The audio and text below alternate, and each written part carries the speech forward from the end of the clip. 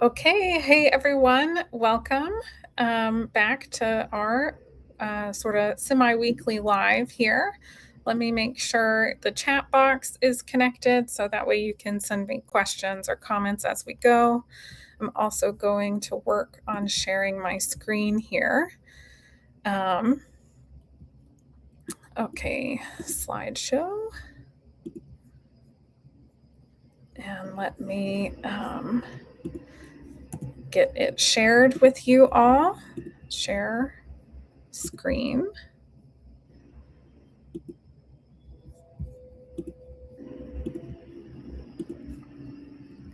Okay, and let me just check one more thing because I've been fiddling with these settings and I was thinking, how does that go? I think that's better. So I'm going to do that instead. That way you all can see me a little bit more easily as well. Okay, so today we're going to be talking about emotional safety in relationships. This is important because a lot of the people that I see in counseling, whether that's individual counseling, couples counseling, they often feel like they're not really themselves in their relationship or that they have to hide parts of who they are um, in their relationship. And they often are like wondering, like, why does it feel like I can't just be fully myself here? And honestly, that comes down to emotional safety in the relationship. And so that's really what we're going to deep dive into. And another reason why this matters is because oftentimes couples will feel like they really love each other. They love each other a lot. But the issue isn't the love, because love and emotional safety, while they do go together, they're actually not the same thing. And so love can be present in the relationship, even when one or oftentimes both partners still feel afraid to be themselves, feel like they can't really share what's happening inside of them, their thoughts or their feelings.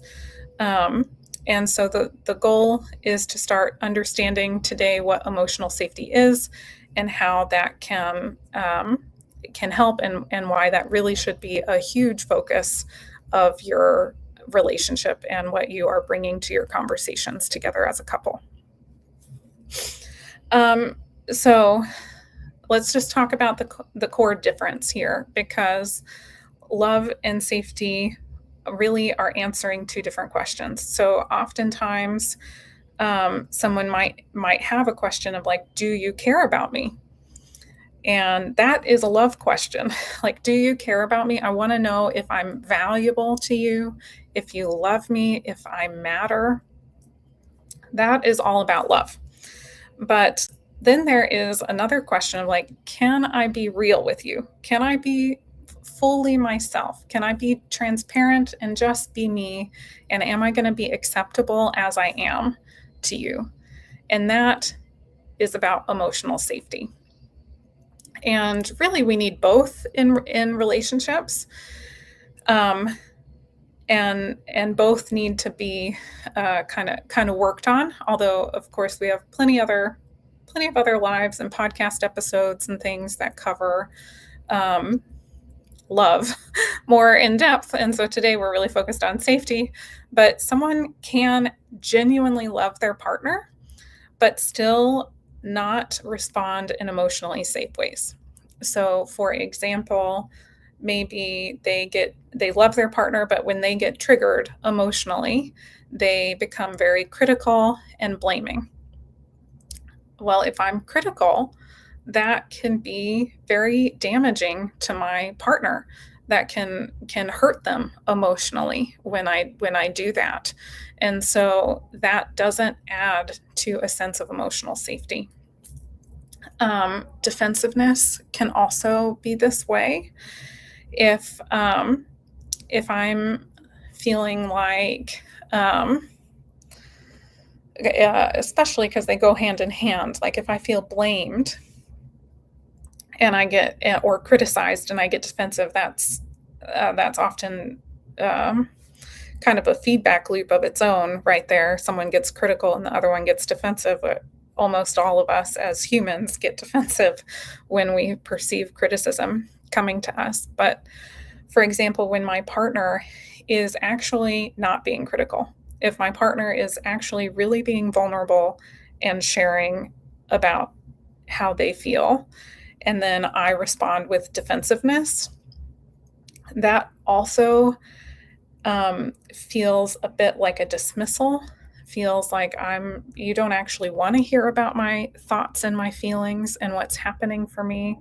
You uh, don't actually want that part of me, and so that can make it feel like the relationship isn't emotionally safe either, because because then it feels like I can't really be myself. You don't actually want the full me in the relationship.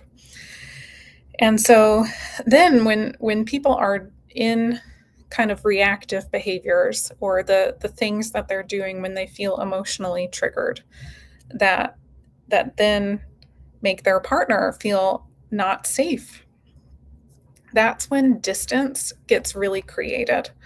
Because if I don't feel safe to share with you, then I'm not going to share with you. And now we're moving further and further and further apart, and we're becoming more and more disconnected. And this is really one of the things that I think couples need to be on the lookout for, and that you really want to address early on. Because when it's starting to feel risky and scary to just be myself, then the next step is that people are starting to edit themselves and be less of themselves in relationships. They'll keep things on the inside, start avoiding difficult conversations. They probably often feel like they're walking on eggshells, or they just pretend that they're okay. But then when you're doing all of that, you lose the connection. You lose the connection. We're not actually two people who are together with a team. We're people who are just pretending to be ourselves in the relationship, and that is not going to lead good places. Okay. Many people do this. And so why do they do this? Because they often mistake peace and sort of like quiet, no fighting. It's like calm, this sort of peacefulness. They mistake peace for safety. And they can assume that if we're not arguing, then we must be good. The relationship must be improving. It must be okay if we're not arguing. But actually, many times, if the relationship is kind of quiet and really calm, especially if both people are doing that, then it's because people have stopped speaking freely, stopped being very honest with what's happening with them. It just kind of becomes easier to not bring it up, or they might be thinking to themselves, I'm gonna deal with this myself. It's not worth the fight. Peace is just kind of like describing this absence of a visible conflict, but it doesn't necessarily mean that you guys have emotional safety in your relationship, because emotional safety describes a state where we both feel really free to be ourselves.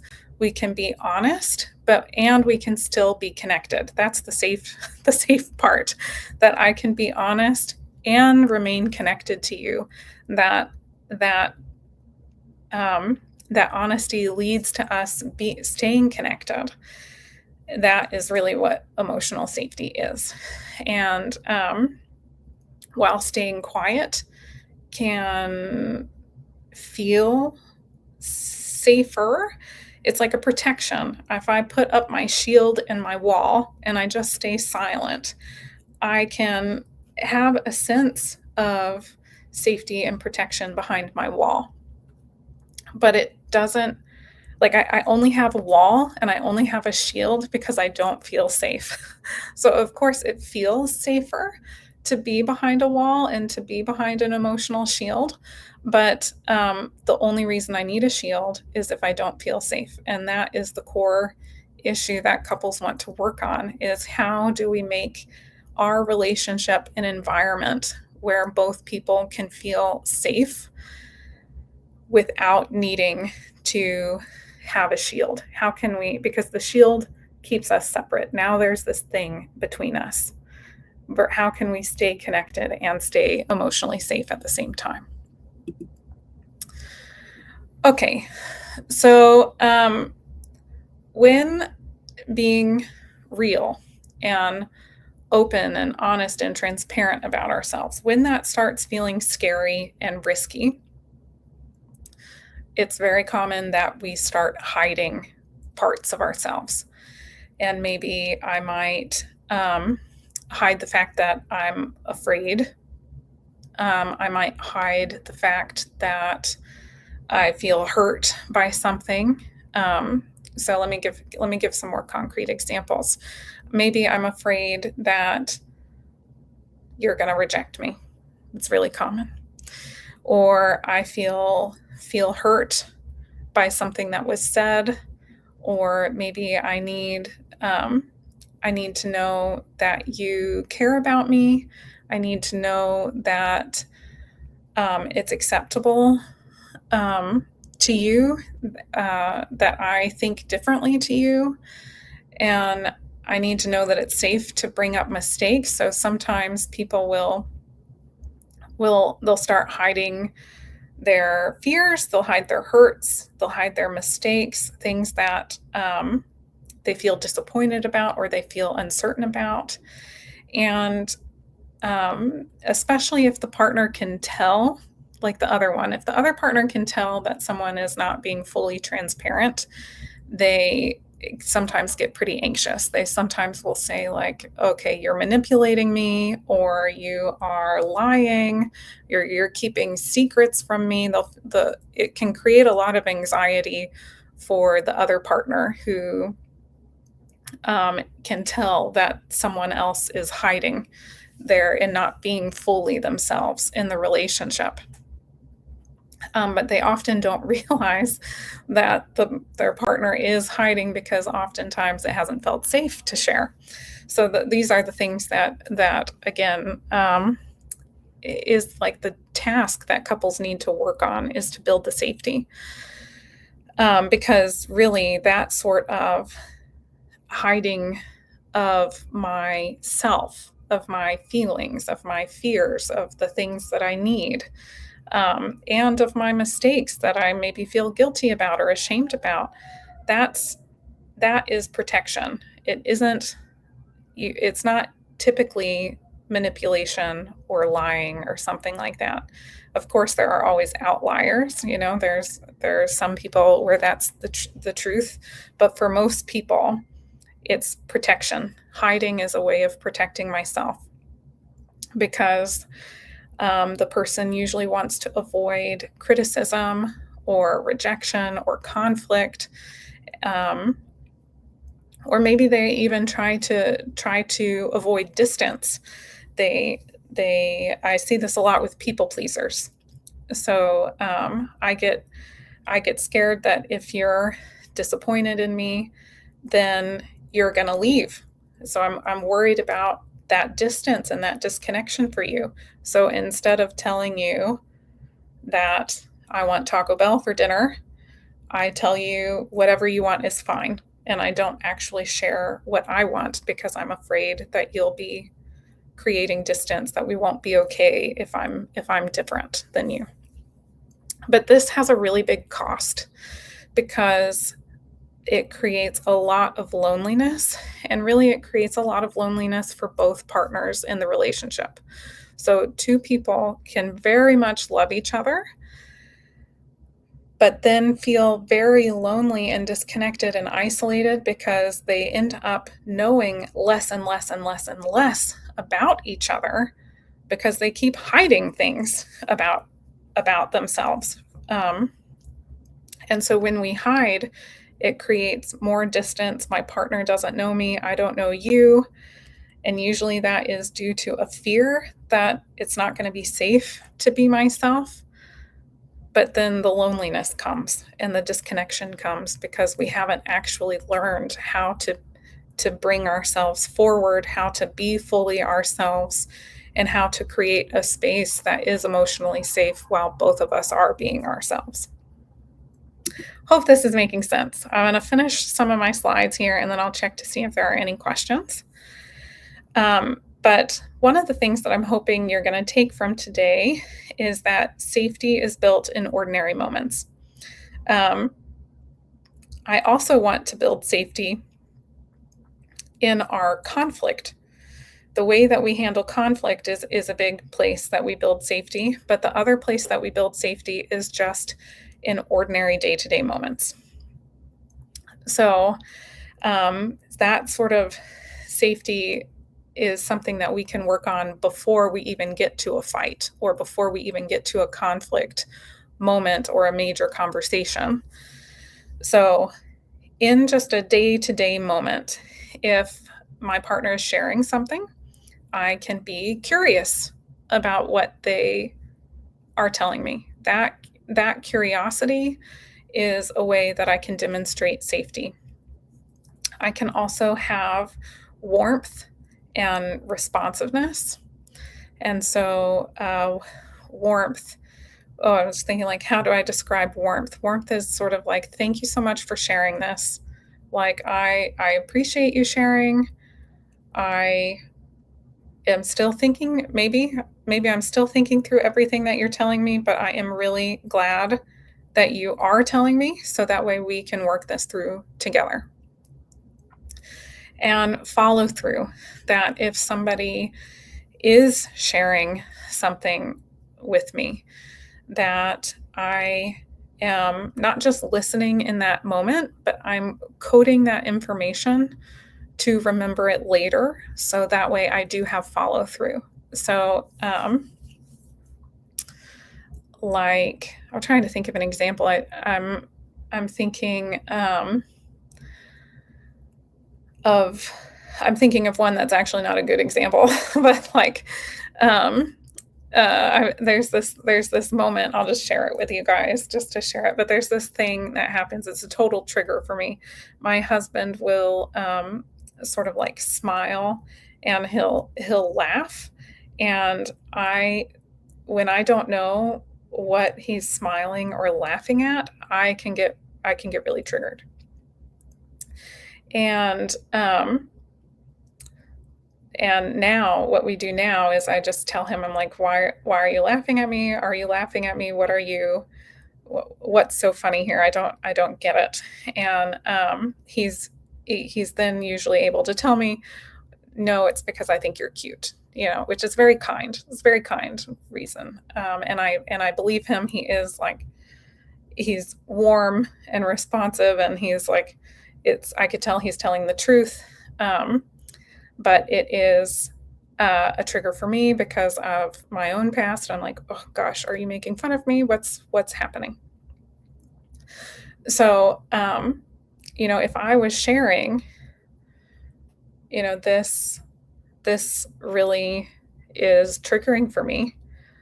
He can code that to have follow through, to then say, like, to start saying himself, I'm laughing right now because I find you adorable, or I'm laughing right now because I really like that you're getting into this video game with me and it's making me happy. That's why I'm doing it.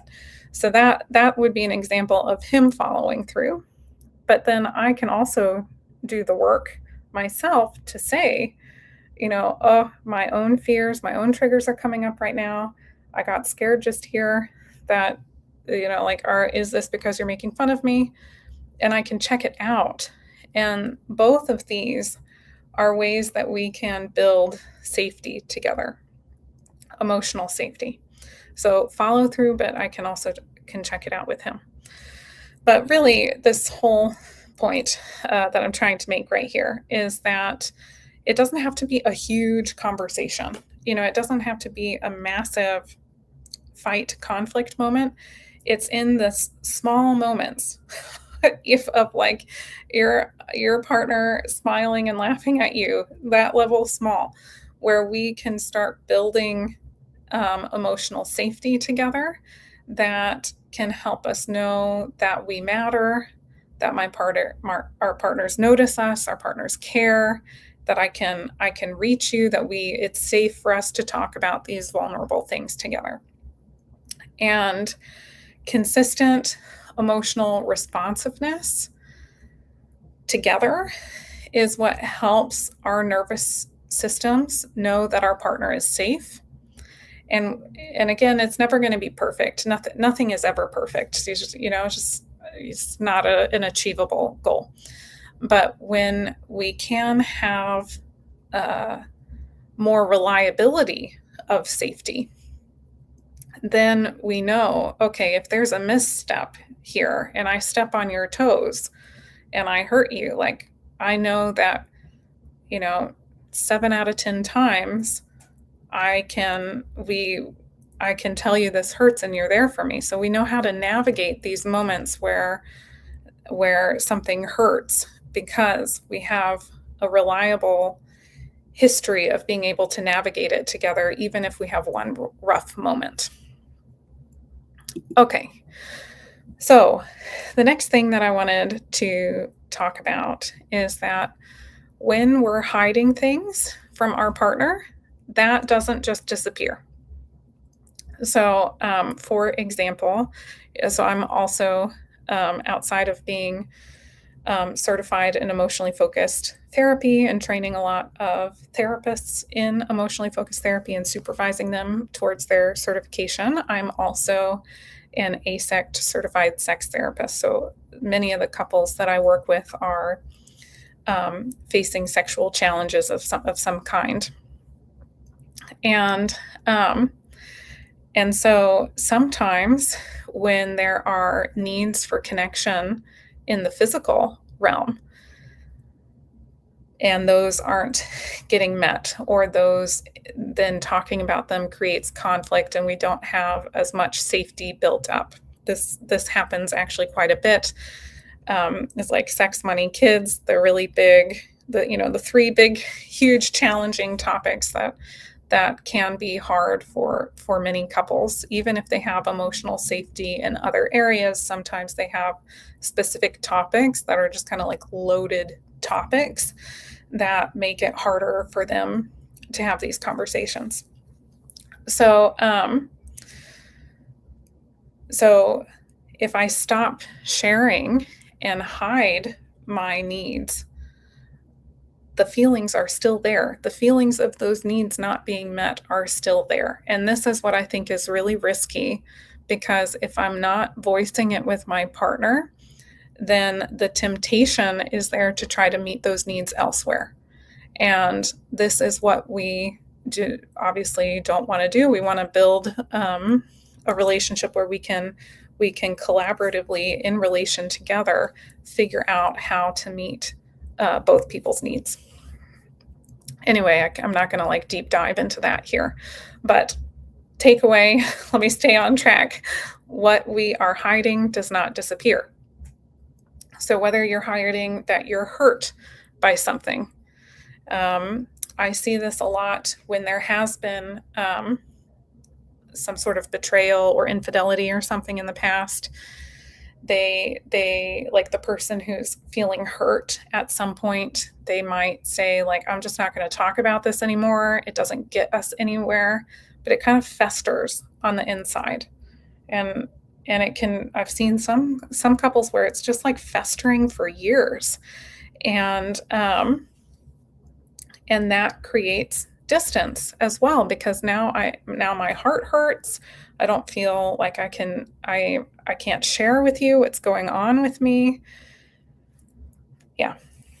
Another one that is common is fears. And so when people are hiding their fears, they often are trying to manage it on their own. So like in the example of infidelity, if I'm still feeling hurt, but our conversations are not feeling emotionally safe, and so then I just stay quiet about my hurt, the more I stay quiet, the more it festers. And the more it festers, the more I am like moving emotionally away and away and away from my partner, or like guarding myself, guarding my heart from my partner, and that creates distance between us. Okay, fear. Let me do the same thing with fear. Let's say that I'm afraid. This is the example that's coming into my mind here. Let's say that I have fears, um, that you're going to want someone other than me, but I'm not feeling emotionally safe to tell you about that fear. How I cope with that fear could then become very controlling. So it could look like going through someone's phone, um, like uh, putting tracker devices on their cars, going through their emails, kind of being very hyper vigilant, not wanting them to talk to other people, being getting very jealous if they are hanging out with their friends instead of being home. There, it can, like, that fear, if it is not talked about and healed relationally, often gets coped with by becoming controlling. Um, okay, maybe I have a dream. Let's go a totally different route. I can talk about this from as being a military spouse. I had I had my dream job when I met my husband. I mean, it was the dream. It was so cool. It was so cool because I got to do therapy and I got to do like counseling, but I was training therapists. I got to do research. I got to do like these program administrative tasks. It was like awesome for me. And of course, that's different for everybody. But then when I decided to marry my partner, my husband, um, I gave up that dream. I let that job go to move around with the military and follow him. And so if I wasn't talking about the disappointment of that with him, if we weren't actively problem solving how to meet my career goals and my dreams, then that can also fester, and it can become more and more disappointment. And ultimately, there's the chance that that can lead to resentment and loneliness. And yeah, and it's the same thing with unmet needs as well. So whether it is like a need to like have like a life purpose, like a dharma that in my career, or it could be a need, like kind of like sexual needs for connection. Um, it can be it could be any type of need. Anyway, when we're not talking about that, when we're keeping that hidden, the resentment can grow and the loneliness can grow. But what cannot grow is intimacy. Intimacy cannot grow when we keep hiding ourselves. So, whether that is our hurt, our fears, our dreams, our needs, if we just keep all of that on the inside, there is no chance for intimacy to grow. So, hiding something eventually becomes more damaging than whatever the original issue was. Okay. So this is where this really is a relational task. It's a team task because one partner needs to take the risk to share vulnerably. The other partner needs to work on providing a safe response. So vulnerability is maybe when someone says, this is what's really happening inside of me. I am really feeling unfulfilled, and I need to find like a job that is going to be fulfilling. Like, I don't know how we're going to pay for childcare. I don't know how we're going to do any of that. but I'm really having a hard time and I feel like I really need to have this career. I need to do something more than just be at home. That's just one example. There could be millions, millions of examples. If you wanted, like, I don't know, like a sexual example, like we haven't had sex in 6 months. This is really eating me alive. I feel like this is not sustainable for me. I'm feeling lonely. I'm starting to get resentful. It's really causing a lot. Can we work on this? Basically, again, millions of examples, but the vulnerable part is sharing what's happening inside of me. Okay, the next part matters too, because the listening partner, again, it doesn't need to be perfect. It's not about doing like the right kind of response, but it's, can I just stay emotionally present? Can I listen? So some active listening skills. Can I stay curious about what they're sharing and what they're feeling and what's making them feel that way? And then can I resist my own urge? Like if I'm getting triggered by whatever they're sharing, I kind of, we kind of have to take turns with triggered feelings. So can I resist my urge to start dismissing what they say or to just fix it or tell them that they should have figured it out by now or to attack or to shut down? Can I stay engaged? Can I stay in the conversation to provide, to grow together, that we both grow the emotional safety in that moment? And this is really what helps grow emotional safety, and what we would also talk about as secure attachment. It's built through emotional presence, not having like the right type of answer. And so when one partner is vulnerable and they receive a safe response, that is what helps create connection between partners.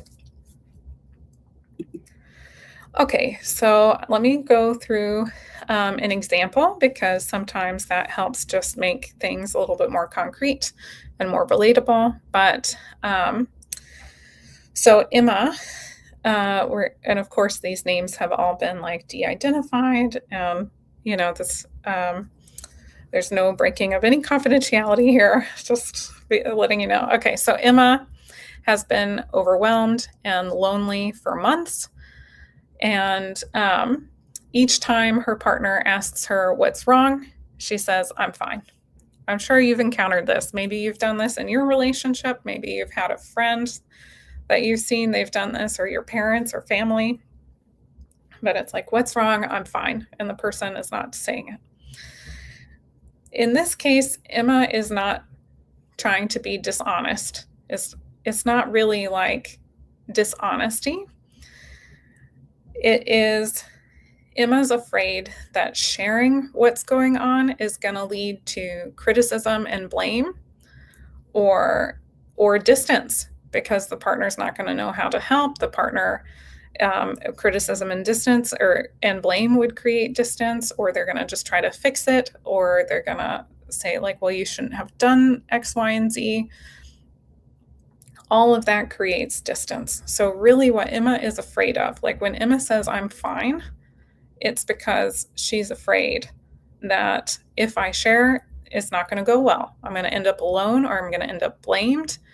It's going to create a whole conflict. It's not safe to share.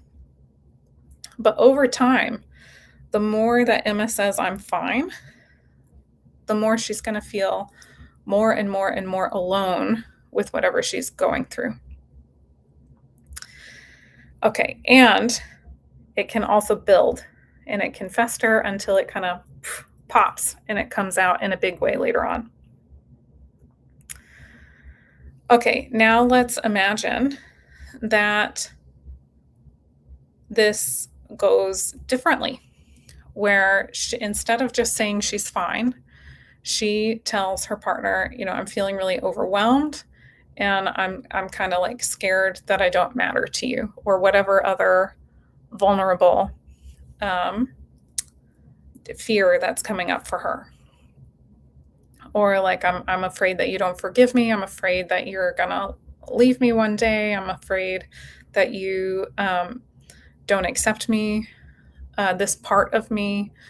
Okay, so she shares whatever it is, and then so she changes her part, and then her partner doesn't get defensive, doesn't disappear. This is big. Instead, the partner stays present and listens to what's happening, may not solve everything immediately, or like whatever the original situation was, doesn't solve like the job situation, right? Or child, or how they're going to pay for childcare. But it does create connection. Now I feel safe because you stayed present with me, you listened, you didn't just dismiss me, you didn't get critical and blame me, you didn't just leave me alone to figure it out on myself. You stayed with me and listened. That creates togetherness. We're close and we're together and we're connected now. And so this is the task that couples are building. One person is building. Often both people are. We both have to risk sharing vulnerable, and we both have to work on how do we provide emotionally safe responses to our partners. And as we do this, we build emotional safety and connection together. Okay, so some takeaways. At the end of the day, emotional safety, when we build emotional safety in relationships, it means I don't have to hide. That emotional safety isn't the absence of conflict. Safe couples can still disagree about things, but it's safe to disagree about it. And we can stay connected with each other even when we do disagree. Okay. Safety also means that I can be honest in the relationship without fearing that you're going to leave me, or fearing that you're going to reject me, or that we're going to be totally over. Vulnerability also grows when my partner remains emotionally present. We create a positive cycle this way. I share vulnerably, you stay present, we have connection. The next time it's easier for me to be vulnerable, probably easier for you to stay emotionally present.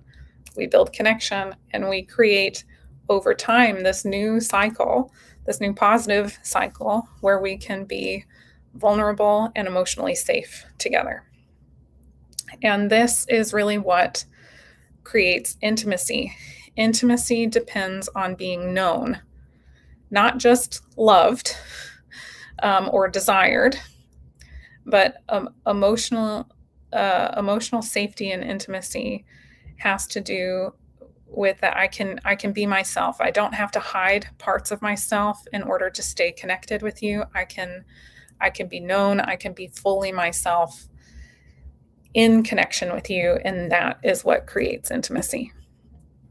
Okay, so if you found today helpful, or if it resonated, I'd say really the next step is to always first start to understand your relationship pattern between you and your partner. We talk a lot about relationship spirals between couples, although you can also have them with other people, like your parents, for example, or your kids.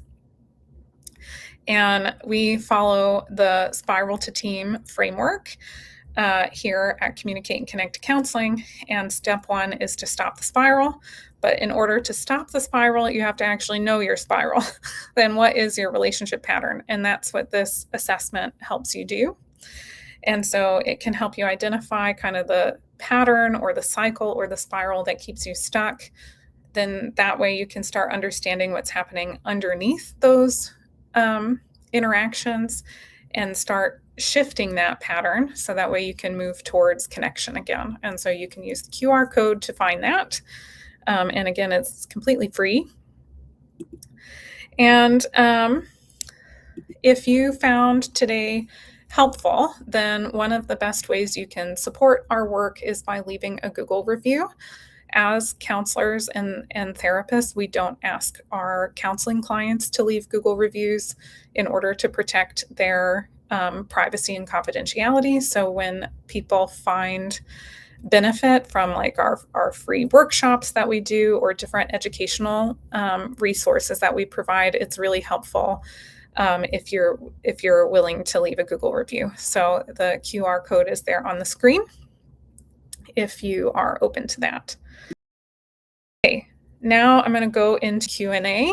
Let me switch my screen here and just see if we have any kind of coming up from the audience. And I also have a couple that are sort of common ones that come in. And so if you're watching live, feel free to drop a question, and we'll go from there. So one of the things that sometimes comes up is, how do we rebuild emotional safety after years, like years of our pattern, and maybe hiding has been going on for years?